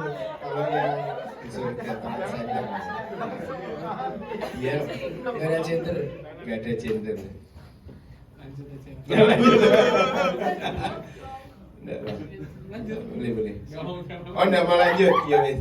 Gini, jadi betul itu cewek atau cowok itu pertama enggak dijelaskan ya dalam apa namanya? Pengetahuan transendentalnya kita enggak tahu yang di atas sana. Kenapa kalau dia tuh tidak dijelaskan kok maskulinitas dan patriarkisnya kental sekali di Alkitab kan gitu. Bapak bukan ma atau mama gitu. Kemudian dia selalu mengangkat Abraham sebagai gambaran bapak orang kaya. Kemudian Yesus ngajari kita berdoa pada Bapa. Kemudian Yesus sendiri memanggil Bapa. Kemudian Yesus waktu inkarnasi jadi manusia kok pakai wujudnya bukan Jesse tapi Jesus kayak gitu. Pakai wujudnya cowok gitu. Gitu ya.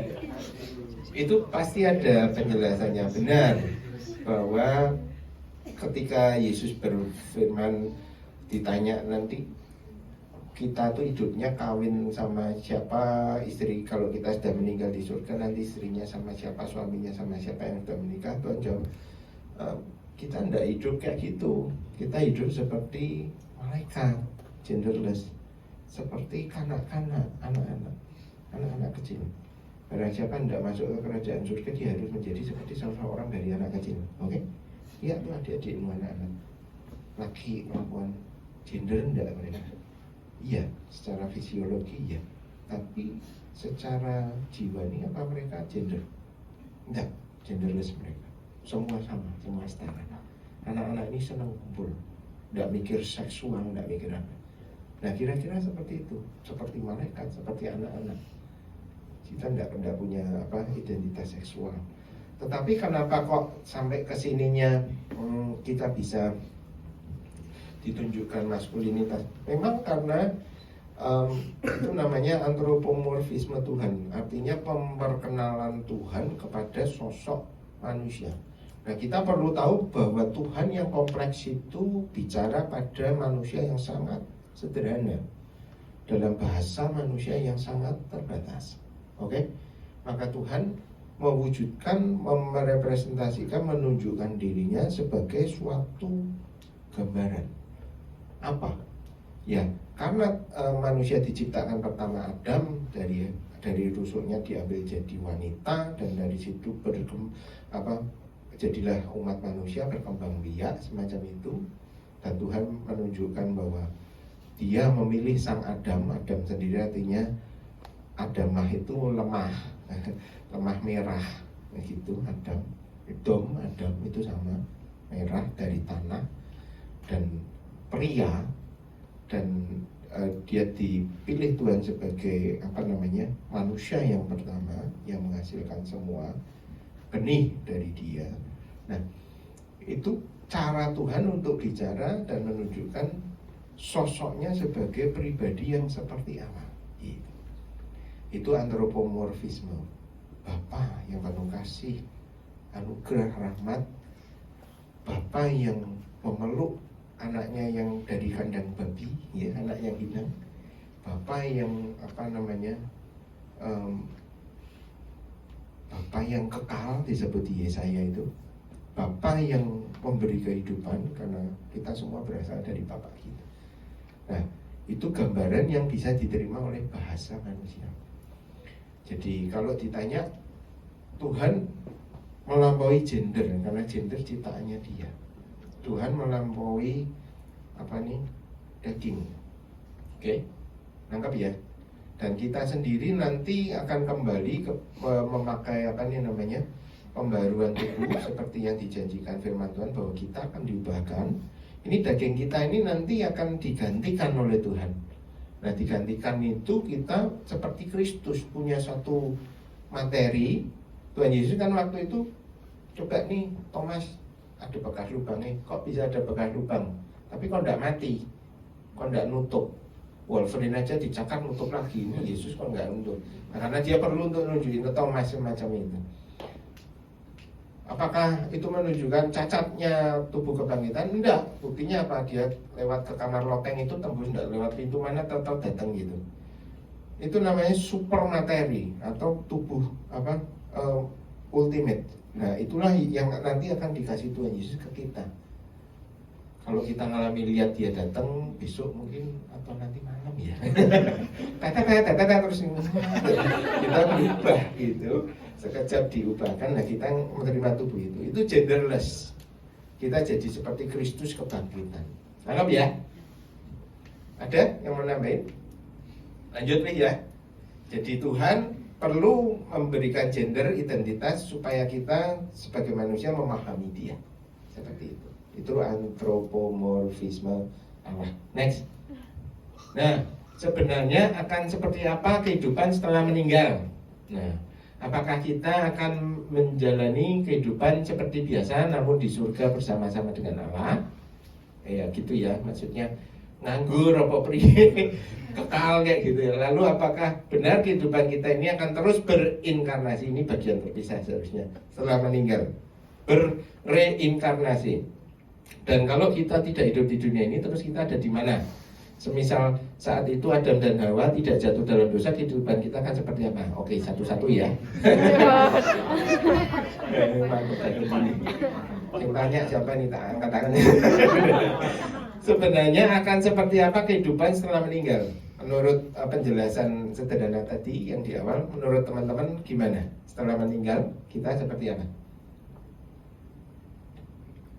Sebelum diubahkan tubuhnya, ya tubuh kita akan tidur gitu ya, jadi makanan cacing. Kemudian roh kita akan ada bersama-sama dengan Tuhan sampai nanti Tuhan bangkitkan kita, beri tubuh kemuliaan. Oke, nangkap ya. Dan genderless tadi, hidup seperti apa? Malaikat, betul ya. Nah itu fix.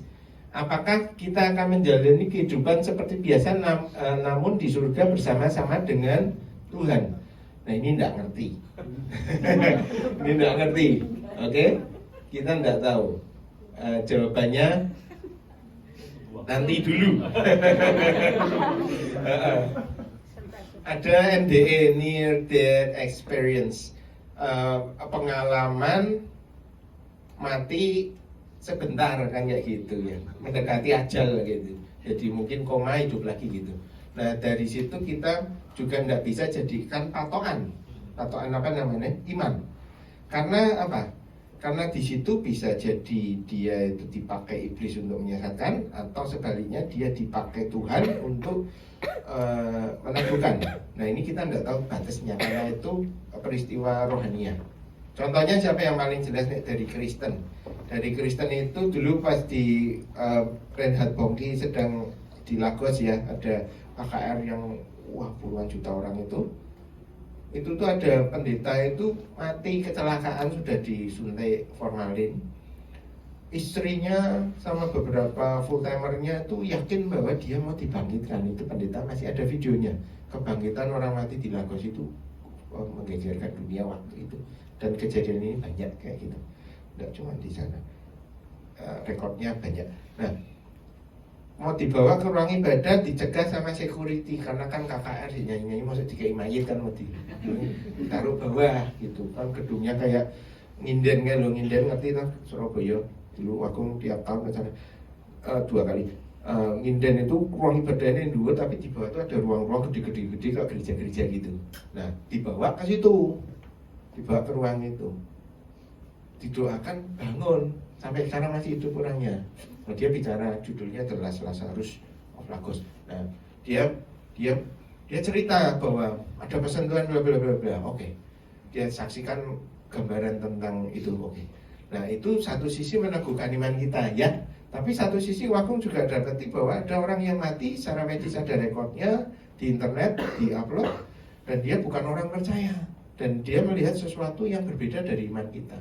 Maka kita tidak bisa putuskan nanti seperti apa berdasarkan orang mati yang bangkit itu, jangan. Oke, tapi ada hamba-hamba Tuhan yang memang bisa dipastikan dia sudah mati, hidup lagi, dan membawa pesan khusus yang biasanya sama-sama kayak gitu. Gambarannya seperti itu, tapi itu tidak bisa jadi dasar iman. Satu-satunya dasar iman kebangkitan Yesus. Nah, nanti kamu akan hidup seperti malaikat, seperti aku, kata Tuhan. Kamu akan memerintah dan kamu akan menghakimi para malaikat. Nanti ini kita bahas. Nangkap ya? Kita tidak tahu nanti di sana sibuk ngapain. Apakah ia akan main bass terus di sana sama Wagung, bassnya banyak, sama dia ngedrum, Lian ngedrum, keyboard, sama kita WL terus, tidak tahu. Tidak tahu ya. Tapi kekal, damai sejahtera, sukacita abadi, seperti itu janji Tuhan. Tidak tahu. Lalu apakah benar kehidupan kita ini akan terus berreinkarnasi setelah meninggal? Ini menarik. Ya, ini ada kaitannya sama, dan kalau kita tidak hidup di dunia ini terus kita di mana? Inkarnasi itu artinya incarne, inkarnal dalam bahasa Latin, dalam bahasa dari Yunani hensarki, di dalam daging. Nah itu artinya apa? mewujudnya Kristus menjadi karnal, daging, karne, inkarne. Nah dari situ kita kenal kata inkarnasi. Nah itu iman kita. Tapi reinkarnasi itu tidak pernah ada di dalam iman kita. Karena menurut kitab Perjanjian Lama, kitab puisi, kitab Ayub, orang mati tidak akan timbul muncul kembali. Kembali kepada Tuhan itu Ayub sudah ditulis seperti itu, dan banyak sekali bahwa kita tidak boleh mengetahui seluk-beluk orang mati. Karena orang mati mau kenal Tuhan mau tidak kenal Tuhan ditarik Tuhan. Disimpan di mana? Ada dua tempat berbeda menurut Alkitab. Kita bersama dengan Kristus di Firdaus, mereka di Hades, Gehenna, atau di dunia orang mati, atau di laut disebutnya seperti itu, yang tidak mengenal Tuhan sampai hari kedatangan Tuhan nanti penghakiman gitu. Nah, apa namanya? Jadi reinkarnasi ini apa? Sudah pernah kita itu kan dari wujudnya dari Tuhan. Sebelum engkau ada, aku telah, sebelum engkau dirajut di dalam rahim ibumu, aku sudah mengenal engkau. Jadi pra-eksistensi kita itu di dalam Tuhan. Tuhan sudah tahu. Agung, Iyal, Ivan, semua kita, Esra gitu. Sebelum jadi daging lewat emak dan bapak kita, gitu. Itu inkarnasi kita kepada lahirnya kita ke dunia, eksis. Reinkarnasi berarti sudah pernah lahir jadi wong, mati dilahirkan lagi, itu reinkarnasi kedua. Nah itu tidak ada di dalam dunia Kristen karena semua orang rohnya diambil Tuhan, dan kita tidak punya kuasa untuk bolak-balik. Jadi iman untuk bicara, oh nek wong mati 40 hari itu masih di sini rohnya, oh ya itu goyang-goyang, itu setan. Itu bukan roh orang itu, tapi itu setan nyaru. Wah, kemarin sisir yang biasa dia gantung pakai tali depan kaca itu bisa gini dia. Itu setan nyaru jadi roh orang yang itu. Oke? Tangkap ya. Oh dia sukanya makan kopi pakai garam, terus dia nulis aku minta kopi garam, bener tau dia.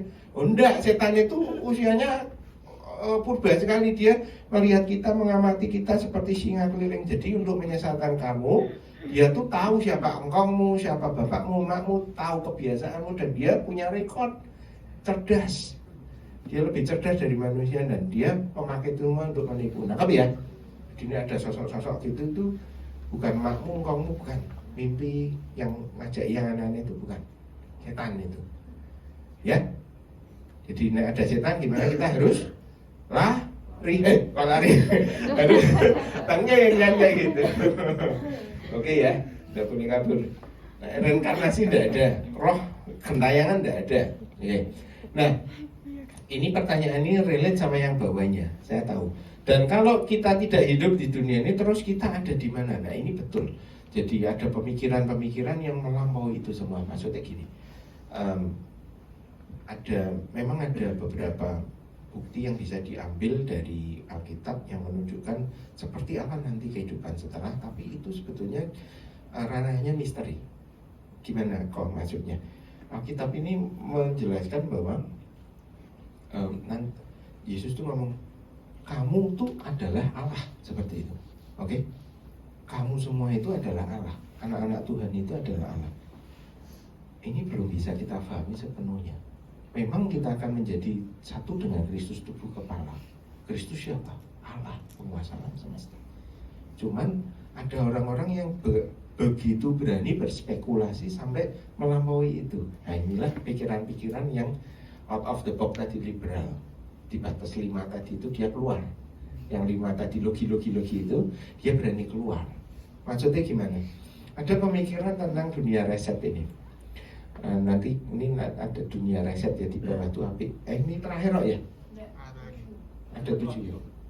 Ya wis. Ada pikiran-pikiran yang kelewat bahwa Tuhan itu merencanakan multiverse. Nah ini saya ngomong sama adik-adik gampang. Nanti kamu tuh Yesus di multiverse yang lain yang ulang kayak gitu. Ada. Buktinya bisa dicari di sini, bisa dicocok-cocoki, tapi itu namanya melampaui ya. Nah, itu sifatnya novel. Gitu. Nangkep dia sing Agung sampaikan bahwa teolog-teolog itu kadang ada yang kebablasan gitu, yang keluar imannya dan sampai mikirkan yang enggak gitu. Bahwa kita tuh nanti akan ngulang-ngulang seperti itu. Ada teologi liberal yang semacam itu. Nah itu tidak ada di dalam Alkitab, semuanya hanya spekulasi. Yang jelas bahwa kita akan memerintah bersama dengan Dia, dan langit yang lama, bumi yang lama, alam semesta yang lama akan diganti, ditutup, digulung seperti kain, diperbaharui. Nah, dikaruniakan bintang-bintang, nah itu bisa ditafsir yang tadi. Cuman itu tidak tahu kita seperti apa, sifatnya misteri. Tapi kita akan bersama-sama dengan Yesus memerintah, bahkan menghakimi para malaikat.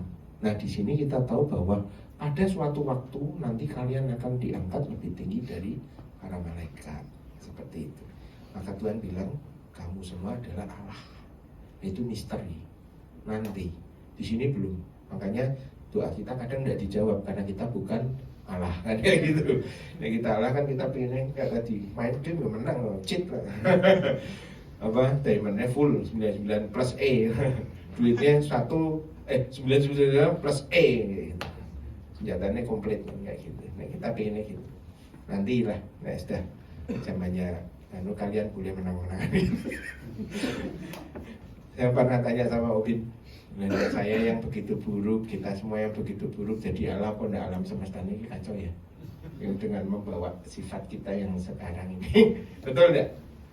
Betul ya? Nah gitu kira-kira. Lanjut ya. Dan kalau kita tidak hidup di dunia ini, terus kita tinggal di mana? Nah kalau dari 5 tadi eskatologi kita sudah tahu, ada pembaruan alam semesta. Nah, kita tinggal di sana bersama dengan Kristus sebagai pusatnya, kata firman. Tangkap ya. Semisal itu Adam dan Hawa tidak jatuh dosa, kehidupan kita akan seperti apa? Wah, ada ide? Coba, boleh serah. Adam Hawa tidak jatuh dosa, kita kayak apa serah? Yang aku pahami sih kalau di Taman Eden ada yang pohon kehidupan yang mana bisa eternal juga. Ya tidak ada. Udah. Ya, Oke, tapi maksudnya silakan. kan tidak ada kesulitan di situ.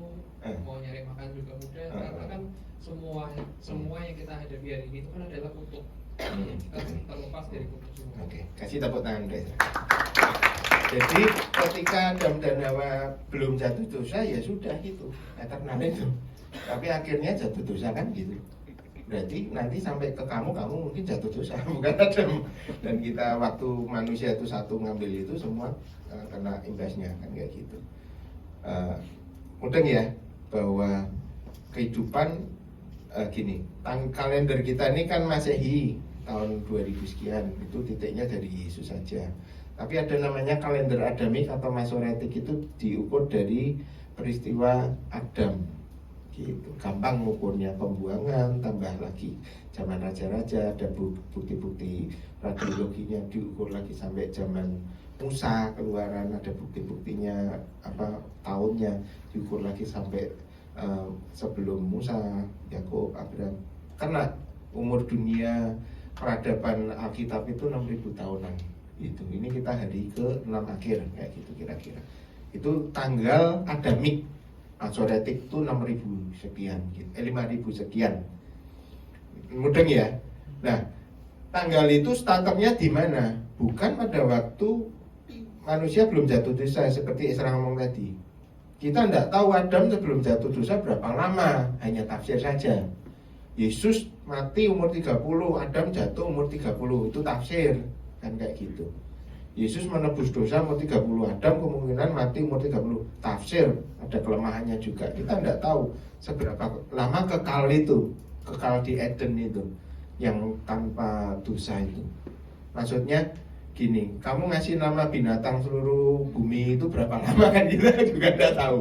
Kemudian kamu sibuk pacaran sama, misalkan kamu Adam pacaran sama Hawa kan tidak tahu kita. Mereka pembersaan di puncak gunung atau di mana, perjalanannya berapa tahun gitu, kita tidak tahu semua. Timingnya waktu kronosnya itu belum diukur sama manusia. Itu kronos yang eternal itu yang belum terukur. baru setelah mati itu kita bisa ukur. Nangkap ya? Jadi kalau Adam tidak jatuh dosa, ya tidak tahu berapa lama itu ukurannya. Tapi apa yang akan terjadi? Yang akan terjadi bahwa Adam akan jatuh dosa gitu. Nangkap ya? Oke? Paradok. Kalian kudu nangkap itu. Di Alkitab itu penuh paradok. Yesus bilang di Ibrani, dia tidak berubah dulu, sekarang, selamanya. Sekarang saya tanya, Yesus tidak berubah. Padahal 2000 tahun lalu dia baru lahir dari perutnya Maria. Itu namanya paradok. Loh kok bisa Tuhan seperti itu? Oh, banyak paradok di Alkitab. Banyak. Karena ruang, waktu, dimensi, materi punya dia. Dia mau buat apa saja bisa. Contohnya itu, Maria dulu apa Yesus dulu? Yesus dulu, tapi wujudnya tidak berubah. Gimana? Oh, memahami. Ya, kira dewi aku yang umat. Gitu ya. Kemudian Yesus berjumpa dengan Musa dan Elia di Horeb. Sehingga itu di perjanjian lama 1200 tahun, 1312 tahun yang lalu posisinya walik. Musa bertemu dengan Yesus di Horeb. Ditambah zaman pembuangan 700 tahun kemudian Elia bertemu dengan Yesus di Horeb. Peristiwa yang sama dibalik pada milenium pertama tahun Masehi. Nah itu paradok semacam itu. Nah kita tidak tahu rahasia Tuhan di sana, cuman gitu-gitu banyak di Alkitab. Jadi kita terima saja, nangkap ya.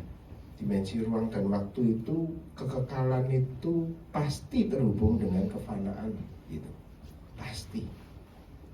Nah itu kita tidak bisa tahu pasti seperti apa.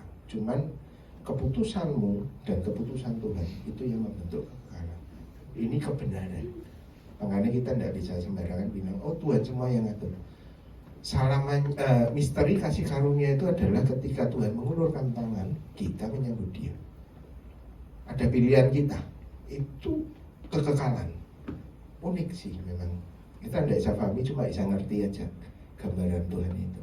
Nangkap ya? Itu paradok di dalam Alkitab. Next. Terakhir, kenapa harus ke gereja kalau bisa bersekutu dengan Tuhan di mana saja? Ayo dijawab. Kenapa?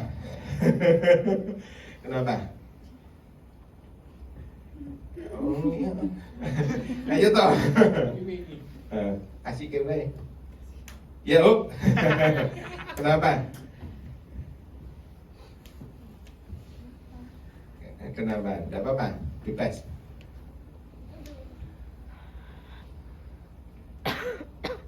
Soalnya kalau tidak ke gereja kemana Om? Ke masjid atau kemana, ke kelenteng Om? Kenapa? Online. Kenapa harus ke gereja? Ada firman enggak tentang itu? Ada ya? Ibrani 10:35. Ya. Saya menjawabkan Ibrani pira sih? 10 ya? Ibrani. Oh 25. Baca gitu loh. Nah. Janganlah kita menjauhkan diri dari pertemuan-pertemuan ibadah kita seperti dibiasakan oleh beberapa orang, tapi marilah kita saling menasihati dan semakin giat melakukannya menjelang hari Tuhan yang mendekat. Amin. Jadi itu adalah perintah. Oke? Kenapa kok kita mesti ke gereja? Nah dari gambar lingkaran tadi coba pulangin guys. Itu masuk enggak di situ? Masuk. Di mana? Nah itu pintar kan? Nangkep ya? Kalau kamu menjadi orang yang tinggal dalam anugerah kasih karunia Tuhan, ya jagalah 3 biji ini dalam hidupmu di tempat yang mana di sana ada Tuhan. Oke? Nangkep ya? Kenapa kok kita harus ke gereja? Karena di sana tempat yang tepat untuk kita berkumpul seperti Daud tadi, bersekutu dengan orang-orang yang mencintai Taurat Tuhan.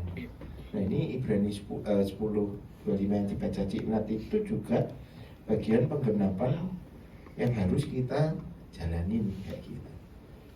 kamu jadi ateis karena kamu kumpul sama orang ateis itu benar. Nah, orang ateis jadi percaya Yesus Kristus karena dia menyelidiki firman Tuhan dan kumpul sama orang percaya dan tanya-tanya, itu juga benar. Perjalanan kan gitu. Menjadi percaya dan menjadi tidak percaya itu sama saja. Kata tidak percaya itu adalah memilih untuk percaya pada ketidakpercayaan. Tetap percaya di dalamnya. Percaya pada ketidakpercayaan. Nangkep ya? Dua tidak ada beda. Cuman kamu mau di posisi mana kan kayak gitu. Mau percaya atau memilih untuk percaya untuk tidak percaya kan kayak gitu. Kalau sudah membulatkan ke sana, carilah orang-orang yang seperti itu. Bukunya Stephen Hawking, buat baca. Kemudian kamu kumpul sama Rocky Gerung, kayak coba ikut kuliah Rocky Gerung, itu kan orang ateis, tidak percaya Tuhan. Ya semacam itu, nanti kita jadi tidak percaya. Kamu mau jadi percaya, hidup dalam tujuan Tuhan, ya kumpul di gereja. Kenapa harus ke gereja, adik-adik? Supaya ada kebaktian, kayak gitu ya. Enggak. Kenapa? Ya karena kita membangun hidup kita, anggap ya. Ada yang lain yang mau nambahin? Ada yang mau tanya seputar ini? Supaya kita puas, gitu. Oh, kenapa? Nah, tuh, tanya apa? Yuk. Tanya. Oh iya. Kasih. Udah pernah belum tuh? Kalau kita bisa doa sendiri, kenapa kok kita harus didoain? Iya. Ya kenapa tuh? Enggak, tak kira kamu mau apa gitu. Ini mau tanya. Kalau kita bisa doa sendiri, kenapa kita? Ya karena kita kamu adalah saling mendoakan. Juga ada kayak gitu. Kenapa? Karena ada waktunya saya mau berdoa, betul enggak? Betul ya. Saking cupeknya, saking apa tadi depresinya, saking beratnya apa masalah, kita tidak bisa berdoa lagi. Nah di situ pun Roh Kudus berdoa dalam kita untuk kita. Apalagi saudara kita kudu doain temannya, ya, didoain, dikunjungi, kalau sakit minta kesembuhan, urapan Tuhan, kemudian diurapi minyak urapan. Kalau tidak bisa ke gereja, ada hambatan, dibawain perjamuan kudus. Oke? Boleh enggak kita melayani teman-teman perjamuan kudus? Boleh. Boleh enggak kita membaptis orang? Boleh. Tapi itu nanti masa aniaya. Kalau gereja sudah ada, itu tugas masing-masing. Kalau ada yang ikut sinode kita, nurut yang boleh itu pendeta kan kayak gitu. Tapi kalau perjamuan kudus boleh enggak kita melayani teman-teman yang enggak yang lama undur gitu. Oh, kamu lama enggak perjamuan. Ayo ingat, ini ku teruskan apa yang sudah ku terima, ku teruskan. Inilah daging Kristus, inilah darah Kristus. Itu penting sekali. Nangkap ya? Nah itu tugas kita, doain supaya mereka kan jauh dari pergaulan itu. Kita yang bikin pergaulan itu mendekat ke dia gitu yuk kira-kira. Setuju enggak yuk? Boleh ya? Boleh. Makasih. Situ benar aja. Ada lagi yang mau tanya? Berkaitan sama apapun atau tanya apapun. Itu tadi pria Sidone Korea kita boleh enggak ya? Boleh ya, tergantung orangnya itu mempromosikan gaya hidup yang rusak apa enggak. Kalau enggak ya sudah dilihat karyanya. Karyanya juga harus dinilai. Kata-katanya itu ngerusak iman kita enggak gitu. Nek rusak tinggalin. Kalau kata-katanya enggak merusak, kemudian bagus, dia hidupnya rusak tapi itu bagian yang terpisah dari karyanya, nikmatin aja. Kalau kata-katanya yang rusak tapi pakai bahasa Korea enggak apa-apa, nikmatin aja karena kamu enggak mudeng kan kayak gitu. Oke lah. Karena orang mudeng juga. Ya sudah didengarin jadi bunyi aja kan kayak gitu. Tapi ya mending enggak usah lah. Nanti nek tahu-tahu ini apik banget aku tak apalin. Pas diapalin kamu nyanyi di Korea ternyata aku patah hati, aku mau bunuh diri lah. Malah repot nanti. Itu ya. Ada lagi teman-teman? Adik-adik? Tanya? Tanya apa? Kenapa kita harus gitu biasanya? Hazel biasanya kritis. Dulu saya pernah nanya perkara ini. Ya ini kan guru ya. Pernah ya yang tak tanya, menurutmu pendidikan itu apa, kan kayak gitu ya. Nah ini kan di sini. Jadi di pendidikan itu kan sebetulnya sejarah. Semua yang terjadi di masa lalu yang sudah terbukti, terukur secara empiris maupun semantis maupun episodik yang kita pakai untuk pijaan, untuk menafsir atau mengukur masa depan, itu pendidikan. Nah di gereja kita juga dididik sama lewat sejarah. Kita pinjam iman sampai itu jadi apa? Iman kita dan kita ngalami. Oke? Wes? Ada pertanyaan? Oh Yung, Cik Glory mau tanya? Atau mau nambahin? Enggak ya. Cik Neng? Ngajarin moonwalk? Cik Nat, semua? Oke ya. Yowis kita doa ya, tutup ya. Tuhan, malam hari ini kita ngobrol-ngobrol santai, tapi ada Engkau di sini Tuhan. 2-3 orang kumpul Engkau ada, dan kami tahu Tuhan Engkau bicara dalam hati kami. Apa yang sudah kami terima Tuhan, iman yang sudah kami teruskan, diteruskan dari orang-orang yang mendahului kami, biar itu hidup di dalam kami, dan kami mengalami semua Tuhan keajaiban firman-Mu. Tuhan, hamba berdoa ke depan, biar tambah kuat ke depan, biar tambah berpengharapan pada Engkau ke depan, biar Tuhan mengandalkan Engkau anak-anak next ini Tuhan, dan nama-Mu dipermuliakan di setiap doa-doa mereka, harapan-harapan mereka, dan perjalanan hidup anak-anak dengan Engkau. Makasih, meteraikan firman dalam hati kami, jadikan tanah hati kami ini tanah yang baik, berbuah 30, 60, 100 kali lipat di dalam kehidupan kami. Kami simpan benih yang baik, dan berilah pertumbuhan yang baik, karena Kau Allah yang memberi pertumbuhan. Hamba juga berdoa memberkati koko-koko, cici-cici yang melayani, semua yang menyiram tanaman iman ini. Tuhan, berikan kesungguhan, berikan satu keteguhan, berikan satu ketekunan, berikan urapan, kecakapan atas mereka, sehingga Engkau dipermuliakan atas next dalam nama Yesus. Amin. Terima kasih. Ini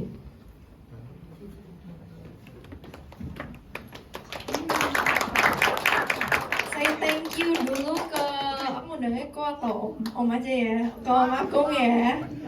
Sudah datang yang ketiga, jangan lupa